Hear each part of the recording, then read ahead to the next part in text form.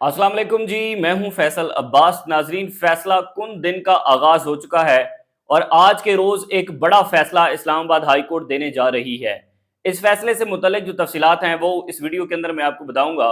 और नाजरीन, 4.5 माह की लड़ाई है और इस 4.5 माह की लड़ाई के दिन आज के रोज अगर वो बहाल हो जाता है तो फिर मौजूदा निज़ाम ज्यादा देर तक चल नहीं सकेगा और इस मौजूदा निज़ाम की बुनियादें हिला देने वाला फैसला ये फैसला साबित होगा। और जैसा कि आपको मालूम है कि इस्लामाबाद की 3 नशिस्तें हैं और इन 3 नशिस्तों पर जो धांधली के केसेस हैं वो सुन रहे थे justice Tariq Mahmood Jahangiri, Islamabad high court के जज, जिनको चीफ जस्टिस आमिर फारूक ने तैनात किया था बतौर ट्राइब्यूनल जज। हमने देखा कि जस्टिस तारिक महमूद जहांगीरी ने जैसे ही केसेस की समाअत का आगाज किया तो उन्होंने जो फॉर्म 45 से पाकिस्तान मुस्लिम लीग नून से वो फॉर्म 45 मांग लिए। वो फॉर्म 45 मांगे तो वो बातें कुछ पाकिस्तान मुस्लिम लीग नून और इस मौजूदा हुकूमत के ऊपर नागवार गुजरी। और उसके बाद फिर इलेक्शन कमीशन ने भी एस्टेब्लिशमेंट की बी टीम का किरदार अदा करते हुए भरपूर किरदार अदा किया जस्टिस तारिक महमूद जहांगीरी को बतौर ट्राइब्यूनल का जज तब्दील करने में। 4.5 माह की नाजरीन लड़ाई है और इस 4.5 माह के अंदर क्या कुछ होता रहा और इस पर सहूलतकारी इस्लामाबाद हाई कोर्ट के चीफ जस्टिस आमिर फारूक साहब ने कैसे की, किस तरह से वो धांधली के ऊपर जो है वो उन्होंने चादर डाल दी और उस धांधली के ऊपर वो बैठे रहे और उन्होंने 4.5 माह के अंदर कोई भी फैसला न होने दिया। तफसीलात कुछ यूं हैं कि इस्लामाबाद की 3 नशिस्तें हैं जिसमें तहरीक इंसाफ के शुएब शाहीन साहब हैं, अली बुखारी साहब हैं और आमिर मुगल साहब हैं, जो कि तहरीक इंसाफ के इस्लामाबाद से सदर भी हैं। नाजरीन, जब इलेक्शन हुआ 8 फरवरी का, जिसमें इलेक्शन कमीशन ऑफ पाकिस्तान ने भरपूर किरदार अदा किया इंतखाबात को चुराने में और फॉर्म 45 और 47 का तनाज़ा शुरू हुआ। तहरीक इंसाफ ने उजरदारियों के केस के अंदर इलेक्शन ट्रिब्यूनल इस्लामाबाद के जस्टिस तारिक महमूद जहांगीरी के हवाले से पिटीशन दायर की और फिर उसके बाद पहली समाअत 2 मई को हुई। 2 मई को समाअत हुई तो जस्टिस तारिक महमूद जहांगीरी ने जो पाकिस्तान मुस्लिम लीग नून के तीनों एमएनएस थे उन तीनों एमएनएस को नोटिस जारी किए। नोटिस जारी करके चीफ जस्टिस काजी फायज ईसा साहब की जानिब से लगाए गए आरओज और डीआरओज को भी अदालत के अंदर तलब कर लिया और उसके बाद उनसे बयान हल्फी भी तलब किए कि आप आकर अदालत को बताएं कि और आप बयान हल्फी दें कि कोई फॉर्म 45 और 47 तब्दील नहीं हुए और उसके बाद जो जो कुछ होता रहा हर चीज आकर बतानी पड़ेगी। और इस जैसा कि हम देखते हैं कि आरओज डीआरओज होते हैं, उसके बाद प्रिजाइडिंग ऑफिसर्स होते हैं, उसके बाद इलेक्शन कमीशन का अमला होता है, तो इन तमाम को अदालत ने अदालत के अंदर तलब किया और इनसे बयान हल्फी तलब किया और उसके बाद कहा कि अगर किसी एक का भी सिग्नेचर गलत हुआ या किसी एक ने भी झूठ बोला तो फिर सबको जेल जाना पड़ेगा। ये बात अपने माइंड में बिठा लें। फिर नाजरीन यूं हुआ, गैर कानूनी तौर पर जो है वो कहा गया जनाब के आज फला नहीं है आरओ, आज फला डीआरओ नहीं है। ये सिलसिला चलता रहा। हमने देखा कि जब जस्टिस तारिक महमूद जहांगीरी जो है वो इन डेप्थ इस केस को जाकर देखने लगे तो उस वक्त मौजूदा निजाम और पाकिस्तान मुस्लिम लीग नून की हुकूमत एक ऑर्डिनेंस लेकर आ गई और इस ऑर्डिनेंस के तहत आप किसी भी जज को जो सर्विंग जज है ट्राइब्यूनल के जज, उसको तब्दील करके आप रिटायर जज को बतौर ट्राइब्यूनल का जज मुकर्रर कर सकते हैं। फिर जनाब यूं हुआ कि इलेक्शन कमीशन ने हमेशा की तरह पाकिस्तान मुस्लिम लीग नून की और मौजूदा एस्टेब्लिशमेंट की सहूलतकारी करते हुए इलेक्शन कमीशन ने 4 दिन के अंदर ही यह फैसला कर दिया कि जनाब जस्टिस तारिक महमूद जहांगीरी को तब्दील करके एक रिटायर जज को इस्लामाबाद की तीनों नशिस्तों पर जो है वो उन्होंने बतौर ट्राइब्यूनल का जज मुकर्रर कर दिया गैर कानूनी तौर पर। वही जज जिसको इस्लामाबाद हाई कोर्ट के चीफ जस्टिस आमिर फारूक साहब ने बतौर ट्राइब्यूनल का जज मुकर्रर किया था। उसके बाद तहरीक इंसाफ मुतहरिक हुई और तहरीक इंसाफ ने इसको चैलेंज कर दिया इस्लामाबाद हाई कोर्ट के अंदर और पहले रोज ही chief justice Amir Farooq election commission पर बहुत बरहम हुए और उन्होंने कहा कि सिर्फ रिमार्क्स के अंदर कहा कि इलेक्शन कमीशन ने गैर कानूनी तौर पर बतौर ट्राइब्यूनल जस्टिस तारिक महमूद जहांगीरी को तब्दील किया है। सिर्फ रिमार्क्स के अंदर उन्होंने कोई फैसला नहीं दिया।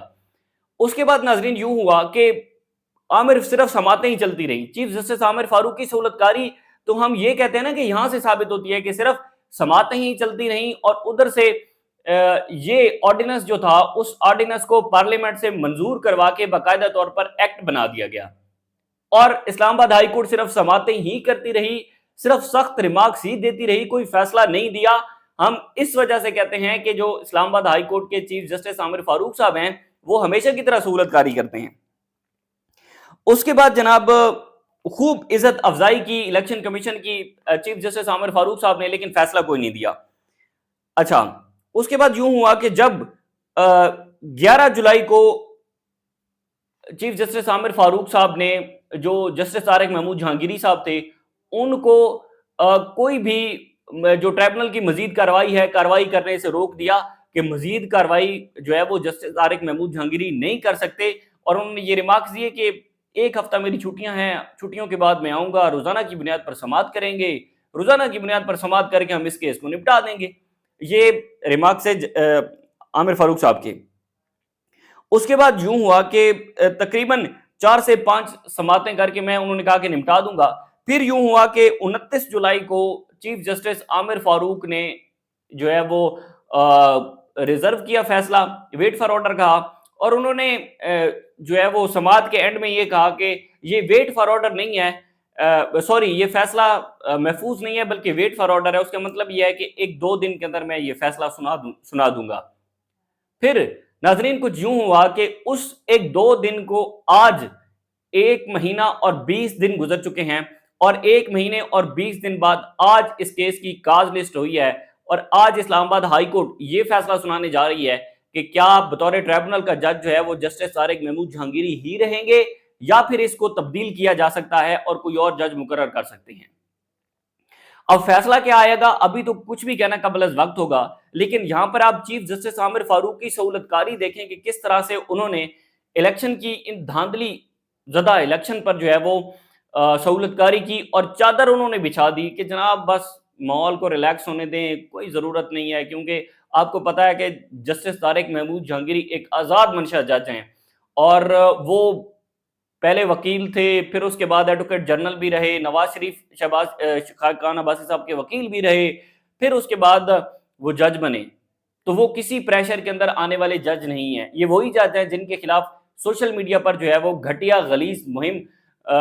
جو ہے وہ موجودہ ادارے کرواتے رہے، اور ان کی ڈگری کا ایک تنازع بھی چلتا رہا، جس کو